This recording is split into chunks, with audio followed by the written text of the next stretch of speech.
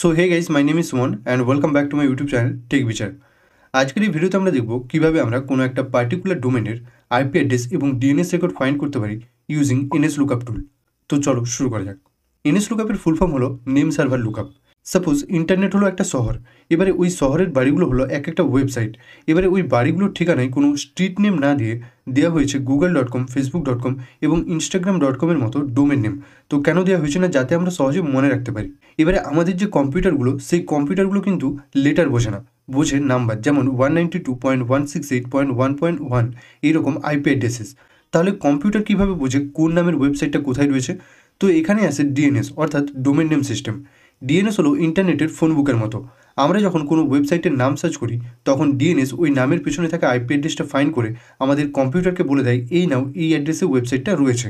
তো এবারে আমরা এই এনএস লুকআপ টুলটার সাহায্যে চেক করতে পারবো কোনো ওয়েবসাইটের পেছনের আইপি অ্যাড্রেস কী রয়েছে বা কোন ডিএনএস সার্ভার ওই নামটা রিজলভ করেছে। তো এবারে যদি আমি ইনস্টলেশনের কথায় আসি, উইন্ডোজ বা কালি লিনাক্সে এই টুলটা প্রি ইনস্টল থাকে। তো আমি যেহেতু এখানে কালি লিনাক্স ইউজ করছি, তোমরা কী করবে, টার্মিনাল ওপেন করবে। টার্মিনাল ওপেন করার পর এখানে টাইপ করবে WHICH হুইচ এনএস লুকআপ দিয়ে এন্টার করবে। তো ঠিক এরকম যদি আউটপুট আসে তার মানে বুঝে নেবে যে তোমাদের সিস্টেমের মধ্যে এই এনএস লুকআপ টুলটা ইনস্টল রয়েছে। তো এই এনএস লুকআপ টুলটার দুটো মোড রয়েছে, একটা হচ্ছে ইন্টারেক্টিভ মোড আর একটা হচ্ছে নন ইন্টারেক্টিভ মোড। আমরা যদি এখানে টাইপ করি এনএস লুকআপ দিয়ে যদি স্পেস দিই, স্পেস দিয়ে কিছু না টাইপ করে আমরা যদি সিম্পলি এন্টার করে দিই তাহলে দেখবে আমাদের ইন্টারেক্টিভ মোডটা ইনেবল হয়ে যাবে। তো সিম্পলি আমরা যদি এখানে কোনো ডোমেন নেম টাইপ করি GWGLE google.com দিয়ে যদি এন্টার করি, দেখবে google.com-এর সার্ভার ইনফরমেশন আমাদেরকে এখানে দিয়ে দিয়েছে।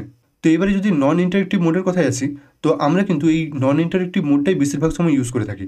তো সিম্পলি কী করবে, টাইপ করবে এখানে এনএস লুকআপ দিয়ে স্পেস দেবে, স্পেস দিয়ে তোমাদের যে টার্গেট ডোমেন নেম সেই টার্গেট ডোমেন নেমটা এখানে টাইপ করে দেবে। তো আমি এখানে টাইপ করছি GWGLE google.com দিয়ে এন্টার করবে। তো এখানে দেখবে প্রথমে সার্ভার ইনফরমেশন রয়েছে, সার্ভারের আইপি অ্যাড্রেস রয়েছে, তারপরে এখানে অ্যাড্রেস রয়েছে। অ্যাড্রেস বলতে কি, মানে সেম আইপি অ্যাড্রেসই রয়েছে কিন্তু তার সাথে সাথে পোর্ট নাম্বারটা এখানে অ্যাড করা আছে। তো এখানে যে google.com, সেই google.com-এর যে ডিএনএস সার্ভারের টাইপ হচ্ছে নন অথরিটেটিভ। তো এখানে google.com-এর নাম রয়েছে, অ্যাড্রেস রয়েছে, এরপরেও এখানেও নেম রয়েছে, অ্যাড্রেস রয়েছে। এরপর সাপোজ তোমাদের যে টার্গেট ডোমেন, সেই টার্গেট ডোমেনের যদি কোনো ডিএনএস রেকর্ড অ্যাভেলেবেল থাকে, তো সেটা দেখার জন্য তোমরা কী করবে, টাইপ করবে এনএস লুকআপ দিয়ে স্পেস দিবে, স্পেস দিয়ে টাইপ করবে type TYP type is equal ANY দিয়ে স্পেস দিবে, স্পেস দিয়ে টাইপ করবে GWGLE google.com দিয়ে এন্টার করবে। এন্টার করলে দেখবে আমাদের যে ডোমেন নেমটা বা টার্গেট ডোমেন নেমের যে ডিএনএস রেকর্ড, সেই ডিএনএস রেকর্ড ইনফরমেশান আমাদেরকে এখানে দিয়ে দিয়েছে। তো এখানে শুধু নন অথরিটেটিভ যে সার্ভারগুলো রয়েছে সেই সার্ভারের ইনফরমেশান দিয়েছে, অথরিটেটিভ সার্ভারের ইনফরমেশান দেয়নি। এরপর সাপোজ তোমরা মেল সার্ভার চেক করতে চাও, তো মেল সার্ভার কি না, মেল সার্ভার ইউজ করা হয় কোনো একটা পার্টিকুলার ডোমেনের যে ইমেলগুলো, সেই ইমেলগুলোকে রাউট করার জন্য। তো কী করবে, সিম্পলি এখানে টাইপ করবে এনএস লুকআপ দিয়ে স্পেস দিবে, স্পেস দিয়ে টাইপ করবে TYP type is equal MX অর্থাৎ মেল এক্সচেঞ্জ দিয়ে স্পেস দেবে, স্পেস দিয়ে টাইপ করবে gmail.com দিয়ে এন্টার করবে। তো এখানে দেখবে নন অথরিটেটিভ সার্ভারের যে মেল সার্ভারগুলো রয়েছে সেই মেল সার্ভারগুলোর ইনফরমেশান আমাদেরকে দিয়ে দিয়েছে। তো এখানে আমাদের gmail.com mail exchange 20।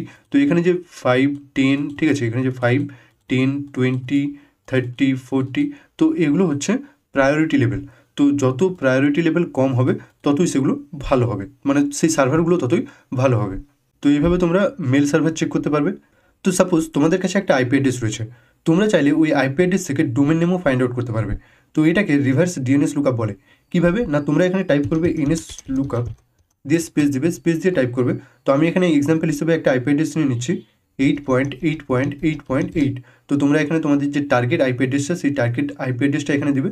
Target IP অ্যাড্রেসটা এখানে টাইপ করার পর দিয়ে কী করবে, এন্টার করবে। তো এখানে দেখবে আমাদের টার্গেট আইপি অ্যাড্রেসটার ডোমেন নেম এখানে দিয়ে দিয়েছে। তো আমাদের নেম হচ্ছে dns.google.com, মানে এই যে আইপি অ্যাড্রেসটা, এই আইপি অ্যাড্রেসটার পেছনে রয়েছে google.com। তো এরকম আরও ইনফরমেশনের জন্য তোমরা টাইপ করবে ম্যান এনএস লুকআপ দিয়ে এন্টার করবে। তো দেখবে আমাদের এনএস লুকআপ টুলটার যে ম্যানুয়াল পেজ, সেই ম্যানুয়াল পেজটা টার্মিনালের মধ্যে ওপেন হয়ে গেছে। তো তোমরা এখান থেকে এই এনএস লুকআপ টুলটার আরও ইউজেজ বা অপশানস দেখতে পাবে, কীভাবে তোমরা এই এনএস লুকআপ টুলটাকে আরও ইনফরমেশন গ্যাদারিংয়ের জন্য ইউজ করতে পারো। তো এইভাবে তোমরা এই এনএস লুকআপ টুলটার সাহায্যে তোমাদের কোনো টার্গেট ওয়েবসাইটের আইপি অ্যাড্রেস এবং ডিএনএস সার্ভার ইনফরমেশন বার করতে পারবে। তো এই ভিডিওটা যদি হেল্পফুল মনে হয় অবশ্যই একটা লাইক করে দেবে, চ্যানেলে নতুন হলে চ্যানেলটা সাবস্ক্রাইব করে দেবে, আর তোমাদের যদি কোনো কোয়েশ্চেন থেকে থাকে অবশ্যই কমেন্ট করে জানাবে। Thanks for watching and I will see you in my next video.